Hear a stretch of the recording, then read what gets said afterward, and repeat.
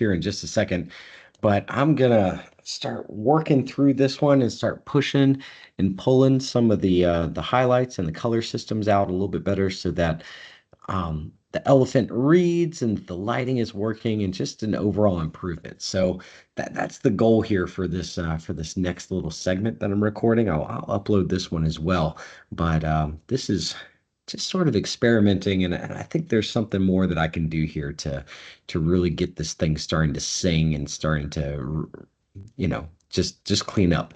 There's some areas like up in this space that's looking really muddled and not that clean.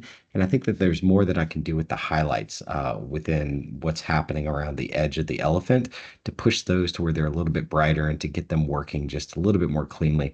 I also had the idea the other night of adding one of the other trunks, or sorry, tusk within this area over here within the composition. It's going to take out a lot of my little plant forms, but I think it's going to be important just so that we've got the double shape and we get the idea that there's another elephant that we're looking at on this side, so it doesn't look like some kind of weird double long trunk thing and makes a little bit more sense visually. So I'm going to be inserting one of those here shortly. But yeah, let me go ahead and turn my mic off and get to the painting part of this.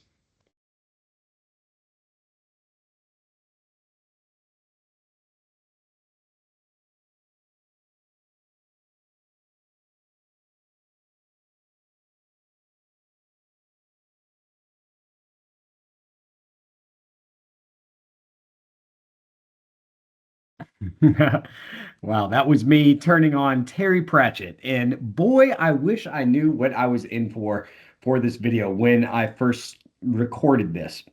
So this is me coming back in, and I turned my microphone off because at this point within the painting process, there's a few other videos where I'm talking through what it is that I'm doing. And it's occurred to me that I've got an opportunity whenever I turn the mic off in some of these videos to be able to go back and re-record myself and give you some more insight into just what the heck I'm doing and how I'm thinking through these paintings. In the time when I was painting this is very much a discovery process. So I did not have the full picture of what I was going to do, what the solution was going to look like. I'm having a conversation with the painting.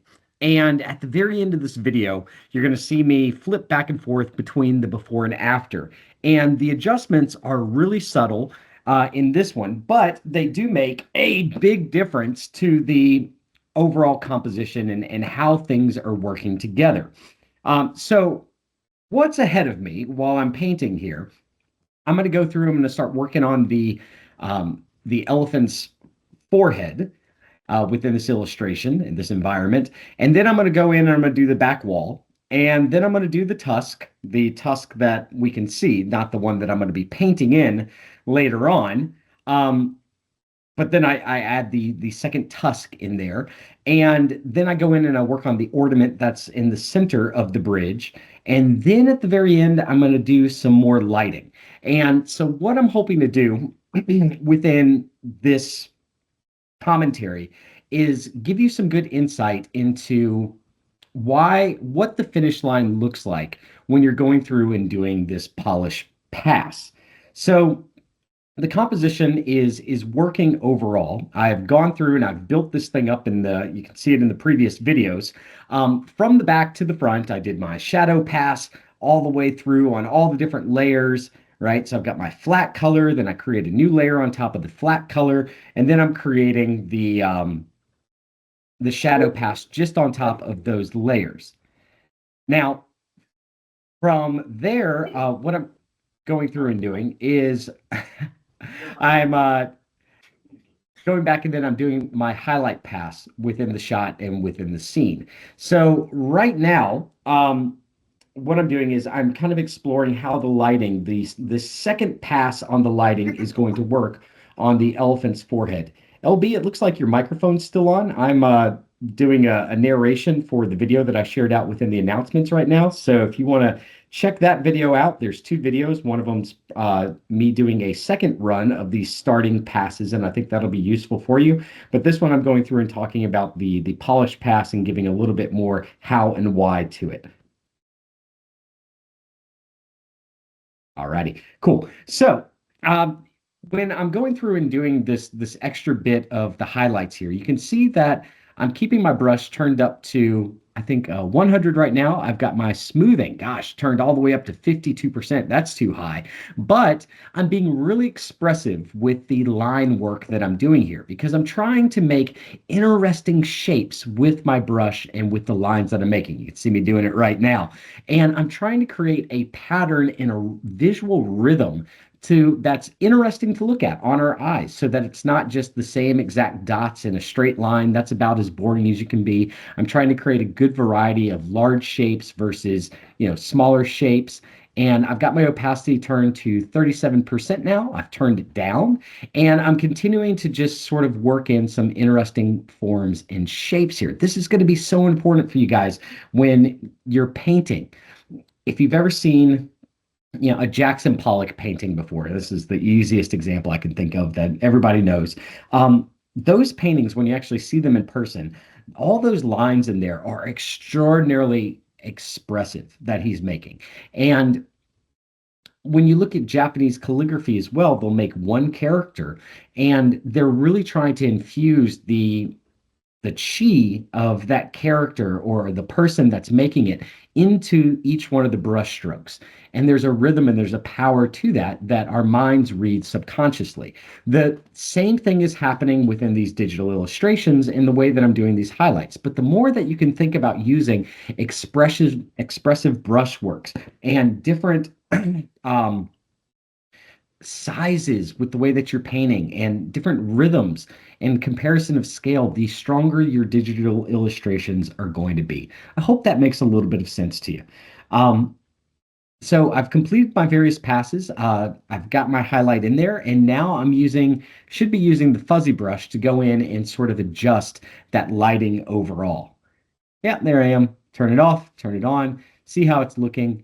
And you're going to notice that when I get to this stage, I'm working a lot closer than I have been with the rest of this painting process. So up until this point, I'm working pretty far back with the way that I'm painting. I'm not zooming super into the pixels to where I'm, getting really, really micro, like going in with a little microscope and just chiseling out one little section at a time. I'm working further back on my canvas and working really broad. Now's the time after I get done with those initial passes with the shadow pass and the highlight pass after the color blocking. Now it's time for me to go back in and do a second pass and really consider the painting. What I'm thinking about right now is something called the 70-30 rule. So I want 70% of my painting to help to push the viewer's eye to the 30% that I really want the most focus and noise and highlights and saturation to be on. And this is where I'm starting at, right? So this is where I know I want my focus to be. And that's what I'm trying to create within this section. Oftentimes, when you go back and at this stage in the painting, after you've done the other passes, when you start doing this, you're going to find that it becomes like a domino effect. So one way that I like to think about it when it comes to painting light is imagine like a candle in a dark room, and that candle is only going to be able to emit so many lumens, right? It's only going to be so bright, and the brightness is going to taper off and it's going to fade away. You'll see me a couple times throughout this. I'm constantly thinking in those types of terms. Now, we've got the sun in the sky, which is bright as all get out, thousands of lumens, and this is a massive object that's being illuminated as well. But there's still going to be some tapering and some fall off here. So you can see that I'm trying to round out and create a stronger highlight on the character on the elephant's cheek right now. And just exploring and messing with that on how I can get more light within that section and draw the viewer's attention into the part that I want them to focus on. I'm also really considering the shapes that I'm painting. So in a drawing one class, you're going to go through and you're going to do a whole bunch of different rendering styles on spheres and cubes and pyramids or cone shapes as well sometimes. And that the purpose of those projects is to get you thinking about um, the shape and the way that light behaves on an object. The round objects are useful because it gets you making the gradients and getting the bounce lighting and everything in there as well. But those same rules on something as simple as a sphere still very much apply to something as complex as a giant ancient elephant bridge in the middle of a jungle. And so what I'm doing right now is I'm using my fuzzy brush and I'm painting in that lighting. And I think I just found the one that I was looking for. Sometimes when I paint in this lighting, it is an exploratory process. So I'll start off with the color of the light, which I know is a yellow sun, and paint it too bright. And when I paint it too bright, that allows me to be able to turn down the opacity of it and sort of turn the lighting back down. And if it's still not feeling right, if it doesn't feel correct to me, you can see I'm turning the layers yellow right now. The reason why I'm doing that is so that I can remember which layers are the light layers, yellow for light, later on. So there I am grabbing another highlight color. But if the light still doesn't feel right to me when I'm painting in these light layers, it's helpful to mess with the layer interpolation. That's the hard light, the soft light, the overlay, the multiply, all that stuff. And that sometimes can give you a result that looks and feels right. So that first kind of yellowy, buttery yellow color that I used wasn't quite gelling for me, but instead having that transition into the teal colors before it gets into the blues within the pure shaded area really helped out an awful lot. So this next part, I'm about to start on the rocks, and I love to paint rocks. Rocks are one of my favorite things in the world to paint. While I'm starting to do these highlights, if you notice that, there's still some brush marks that are visible within this area and in the top just above the elephant's forehead. And some of those different values that have been created while I'm using my brush in the first passes with the opacity not all the way up to 100 will give me some clues on the different facets and face of the rock. And so I'm sort of using those faces that are happy accidents that have occurred while I'm painting to inform what parts of the rock are getting hit by that direct sunlight that I've established from the elephant's face. And so that's what I'm trying to go through here and do now is paint in those highlights on the rock because it was, like I said in the very beginning of this thing, it's still looking a little muddled, not quite that clean. And those highlights are going to help to reinforce the lighting that I'm really emphasizing and creating and painting into the scene right now. Um, let's see here. What else to know about painting rocks? This is going to make a big difference. One of the things that I'm looking at while I'm sort of medium into the painting right now, too, while I'm doing this, is my navigator window. That's something I always like to have open whenever I'm painting because that gives me a bird's eye, small scale view on how these smaller changes are adding up and affecting the greater whole. Even when I'm just going in and painting these little rocks, I'm always thinking about how this is getting me to my goal. And my goal here is within this environment is what do I want the focus to be? Where do I want to draw the viewer's attention to? Where is the character going to be standing at? Where are they going to be interacting within this shot? And how can I push the lighting to where it's creating almost a spotlight on the characters. And so there I am working my way around. This is that part about the light sort of dissipating. And I'm thinking about the natural curvature uh, that's happening around this ridge that I've painted. And so those highlights are going to become a lot smaller as the rock starts to move away. There's still some rocks that are big and jutting and peeking out around the edge, and they're going to be catching some of those really bright highlights still, but they become smaller as we recess back into the shadows. Now I'm thinking again, if that light is coming from the top left-hand side within my shot and a little bit removed, where all is the brightness of the sunlight really going to hit within this scene? And so that's what I'm working on here. And you can see again, I'm using those expressive brush strokes. It looks very drippy, and there's a cool shape and rhythm to what it is that I'm creating. If you're like, okay, I guess it looks cool, I would highly recommend that you guys, as you're looking at your painted reference environment illustrations that we're not just taking color samples, but we're also looking at the way those artists have made brush marks and starting to train your hand to make some of these marks that are similar to what they're using is the fastest way. Right now, I'm working on a project that is totally outside of my realm for styles that I normally work in. It's got really flat geometric characters.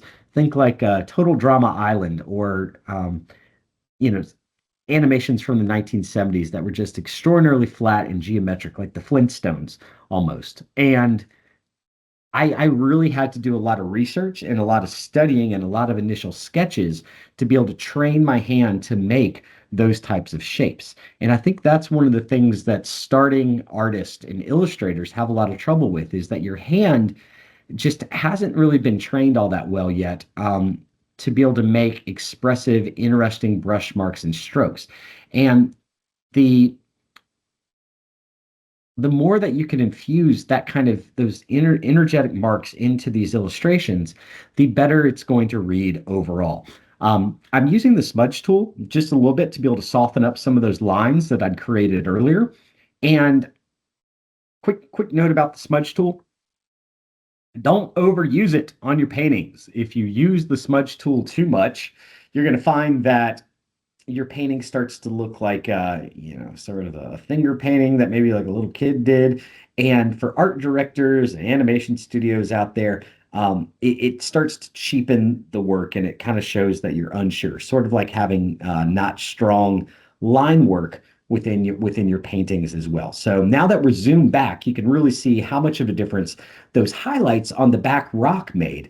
And I knew that I needed to make those highlights on the back rock because I was thinking about where the light is coming from, the top left-hand side, and where do I want my focus to be within this shot, which is on the elephant's face.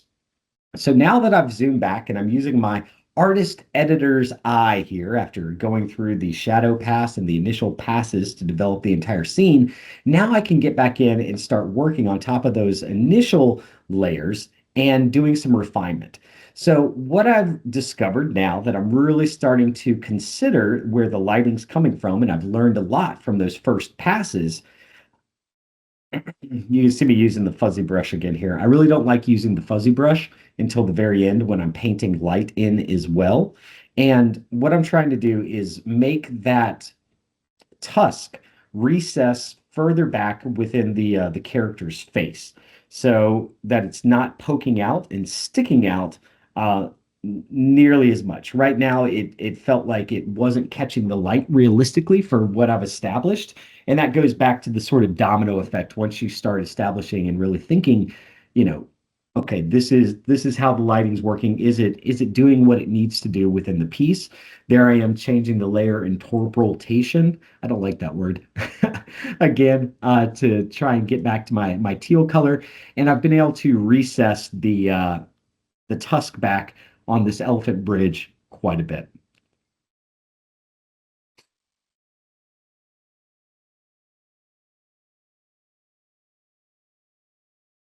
Let's see, where am I headed to next here? Oh, okay. It looks like I'm about to start the second tusk in just a second within the foreground. And this brings up some interesting things. I wish, while I was in the discovery process and painting this thing the first time, I didn't go through and talk about this quite as much as I need to. I think I'm going to work on the shadows. No, I'm going to go into the tusk here in a second. But this second tusk, when I start to paint it in, there we go. That's a light layer. Turning that on. The second tusk, when I start to paint it in here, I had a lot of trouble trying to figure out where to put it within the composition and figuring out how it should actually sit there. So right now I'm on layer 97 and I'm about to paint in the first layer, the outline of that tusk. And so this is kind of a cool thing. I go into deep there, but within digital art, when you're working on paper, they always teach you to start drawing to barely hold the pencil and start drawing really, really light, or to even move your hand first above the paper with the drawing tool, just hovering right above it. And with digital art, you can turn down the opacity for your sketches. You can work really thin so that your ideas can develop just like they would on paper and develop naturally. That's where I see a lot of folks sort of fail with the sketching process is they go in too dark too fast. And with this one, digital paint also allows you to be able to I didn't like the line shape there. Uh, Digital paint allows you to be able to readjust the form after you're done, right? So instead of erasing right through the paper to be able to get something perfect and right, um, digital paint is going to allow you some other options here that we're going to see in just a moment. So what I'm running into with this tusk is trying to figure out how to be able to fit it within the composition because I really like the valley that I've created down there below. And I don't like, I think compositionally, the river and the fog and stuff that I've created is working really nicely with my shot overall.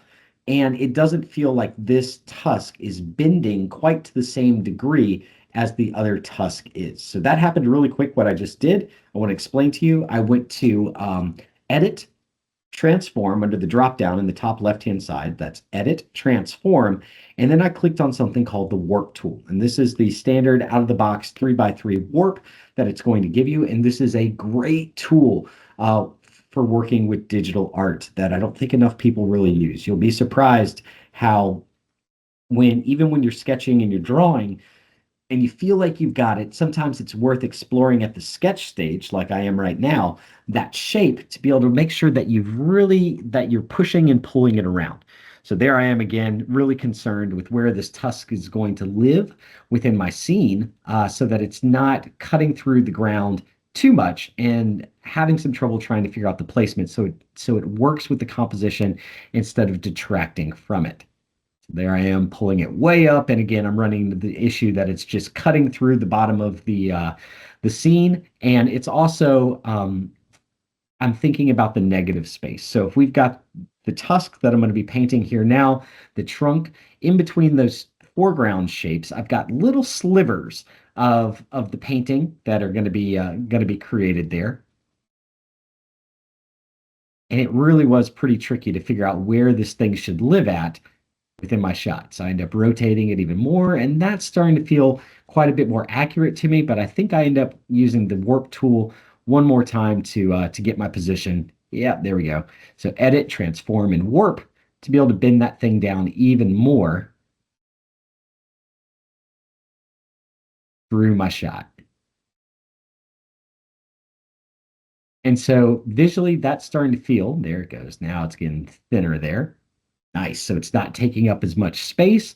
The curvature is starting to match, if they're on the same plane and with the direction that we're looking at, to the elephant across from it. So it looks like a mirror image that we're looking at for the tusk. And now I've got that one pretty darn well figured out. I'm feeling good about this line work here. So what I'm going to do is I'm going to double click within the gray area where the text is at, and I'm just creating a color overlay there on top of that line to be able to turn it black. Um, you gotta have good layer management, and the way that I'm describing this stuff usually works pretty well. I had not anticipated this second tusk within my initial sketch, and this was a decision later on. So we're having to perform a little bit of surgery on the painting here. And what I'm trying to do, I'm going to go in and I'm going to fill it with its base color. But then I find out that the line work from the background is somehow on top of where the tusk needs to be. The line is like too separated from itself with the way that I built out the layers. So I'm going to go through and very quickly start to erase out the things that are on the inside. But it's pretty neat, right? So this one little moment here, it almost looks like there's moss and like cracks and stuff growing on the inside of the tusk, which mirrors the shapes that are inside the cracks, actually on the elephant's trunk that's closest to the viewer, uh, that's exiting the scene on the left. So those do match up. I hadn't really noticed that before, but there I am. I'm going to go through and erase this real quick. We'll get on to the next portion of this.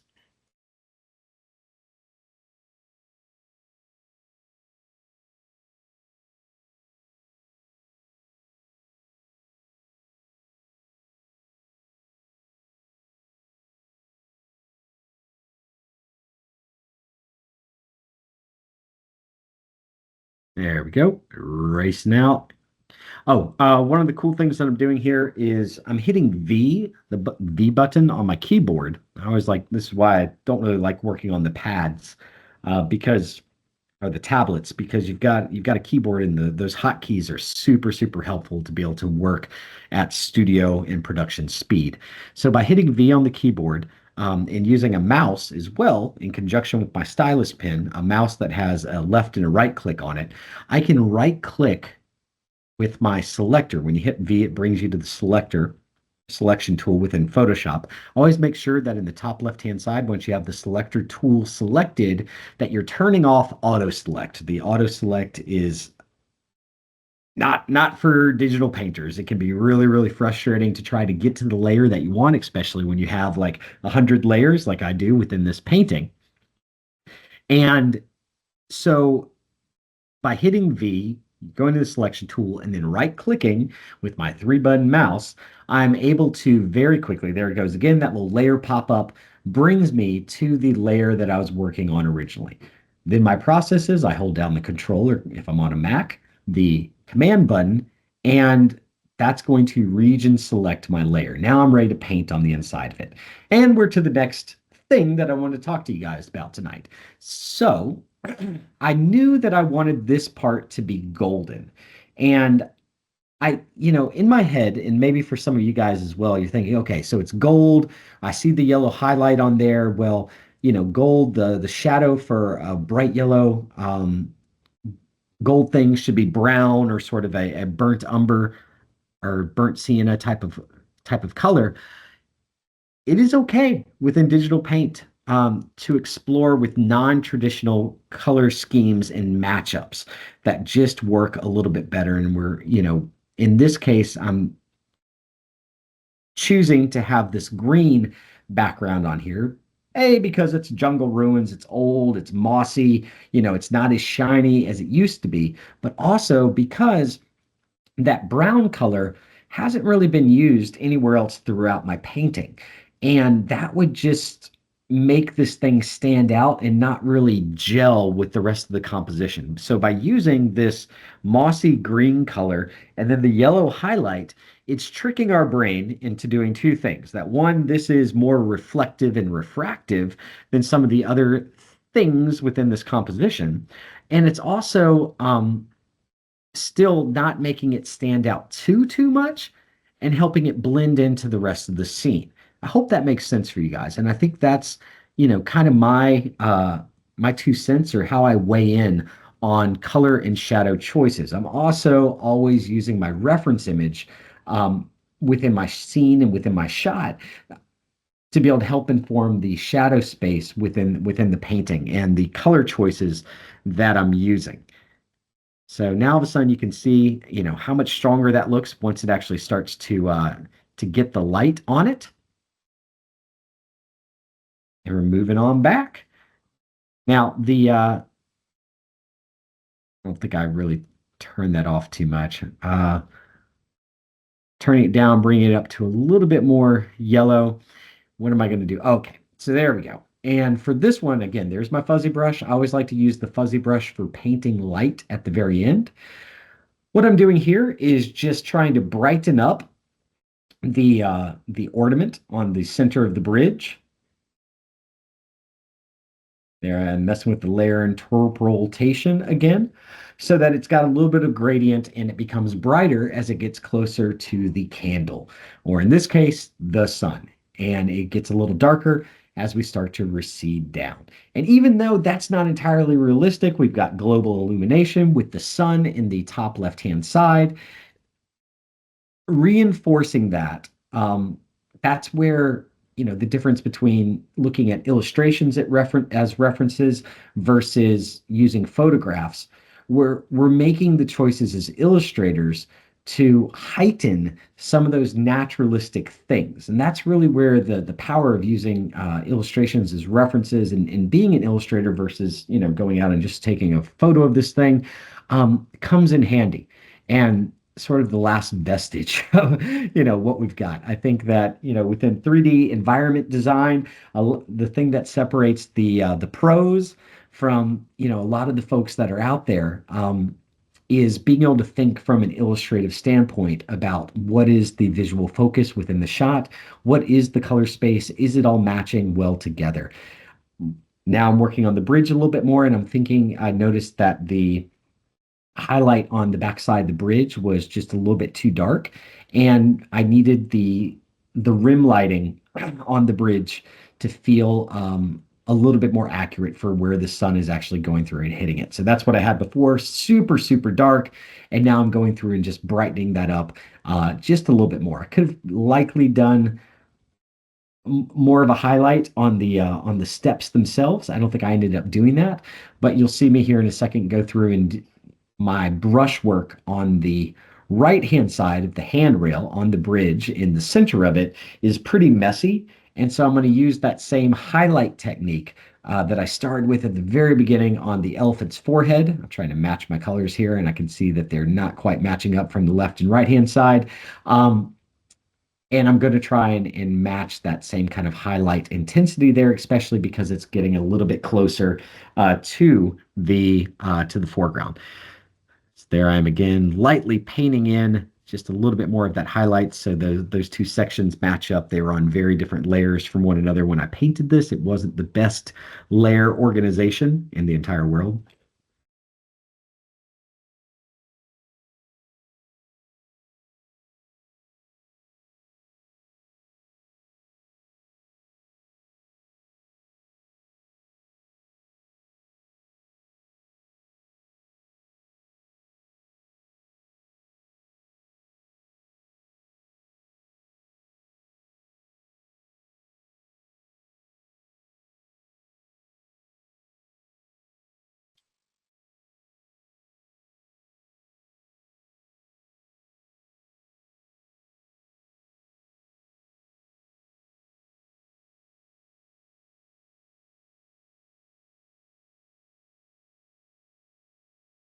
Let's see here. What am I going through and doing next within this painting? Yeah, still going forward. Oh, okay. Am I painting in some green moss? Yeah, it looks like it. So I laid in a base layer of the green moss. Now I'm going through with that highlight layer. There it is, catching up with my notes across the bridge and cleaning up that section that was pulling in those pinks that didn't quite really belong there. I thought they were still interesting, but I'm really focused on sort of the roundness of the top of the handrail to give it a little bit of more distinction from the side that is not catching the shadow. So trying to really paint that shape. It almost looks like watercolor washes with like if you're using acrylic paint and you really water it down with the way that I'm layering up the paint on the side of the elephant's trunk in the shaded area. And so now as I start to zoom back, that is feeling more accurate. I'm liking it more within my shot. And now I've got the elephant's trunk within the foreground that I have neglected up until this point. And I'm, when you're doing these band-aids, I would consider this a band-aid within the painting because we're going back and trying to sort of surgically place it in the scene after we've gone through all of our other passes. I don't recommend doing this. This can become an absolute nightmare in any art medium that you're working in, whether it be motion graphics, 3D animation, any of these kind of like corrections and band-aids are not no bueno. So make sure that within the storyboarding phase, within those early sketches, this is why I keep on stressing to you guys how important those early sketches can be to really plan out every little detail within your painting, so you don't end up like me at this stage trying, to feel your way through the dark and to be able to get something in the shot. And so what I'm doing here is I'm creating a balance, right? Within atmospheric perspective, That's what's going on within his shot. So if you look at those mountains all the way off at the horizon line where the sky meets, those mountains are really, really blue. They're almost the color of the sky. As we move forward, we've got some jungle foliage that's really just an amalgamation of different energetic brush strokes and sort of visual noise that I'm creating to create the idea of treetops or way off in the distance. That's becoming a little bit more saturated. It's got a little bit more green in it. And then as we step forward to that next ridge, we're getting a lot more green, a lot less blue. With atmospheric perspective, there is less saturation the further you move away from the scene. The colors become closer to the sky and the background color. Now, as you move closer to the shot, you're going to have more contrast and more saturation within the scene. And so that's what I'm sort of battling with here is trying to figure out what is the right amount to be able, I've got my highlights on there. That's a starting point. I'm starting to learn them, but what is the right amount of shading to be able to put on that trunk?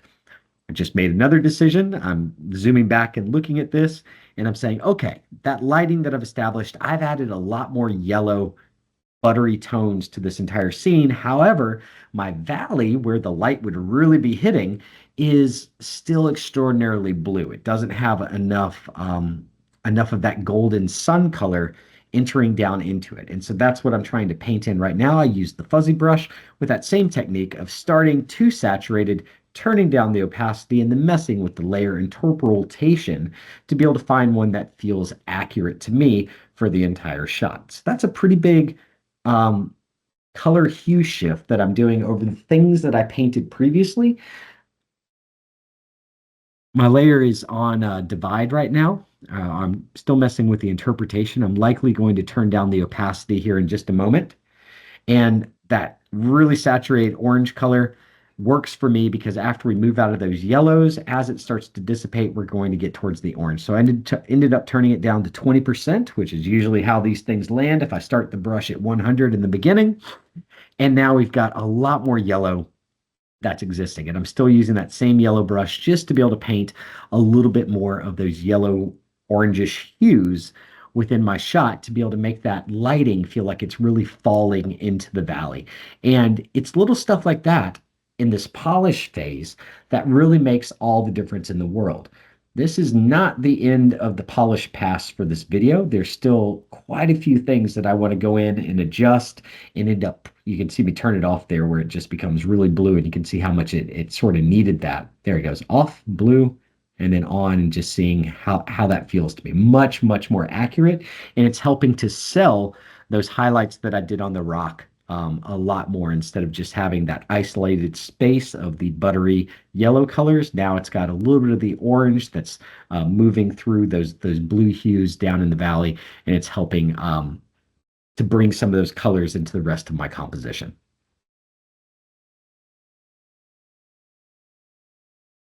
What am I doing here? Okay. I think I might have decided. Oh, yeah, getting rid of those pink tones that's all popping up previously. And if I recall, I was having trouble finding the actual layer that those pink tones were on and where they were living at and helping. Oh, I see. All right. So I'm helping the transition. There we go.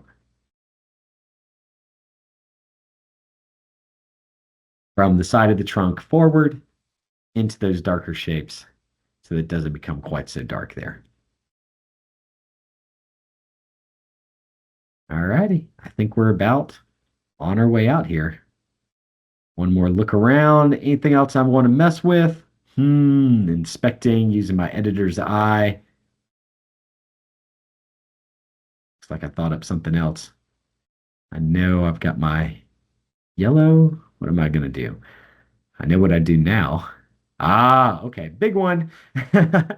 So the that yellow tone that's hitting the face of the elephant's head, I felt like the sky was too blue and it needed a little bit more of a yellow tone in there to help sell the color of the lighting coming into the scene.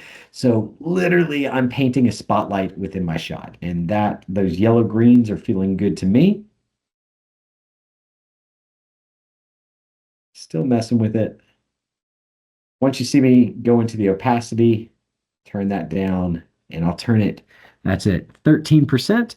So we've got just a little bit of that yellow green entering into the sky. You can see that subtle color shift that's going on, but it really does make a huge difference to be able to get those yellow colors moving through the rest of my shot. Man, polish. What a thing, right? Here's the part where I show the before and after.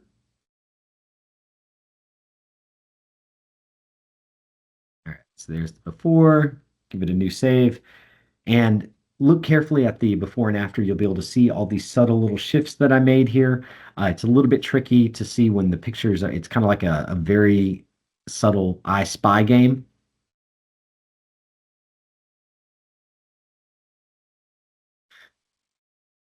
So there's the before. Nope, there's the before, there's the after. Before, after. Big difference when it comes to painting in the light within the shot.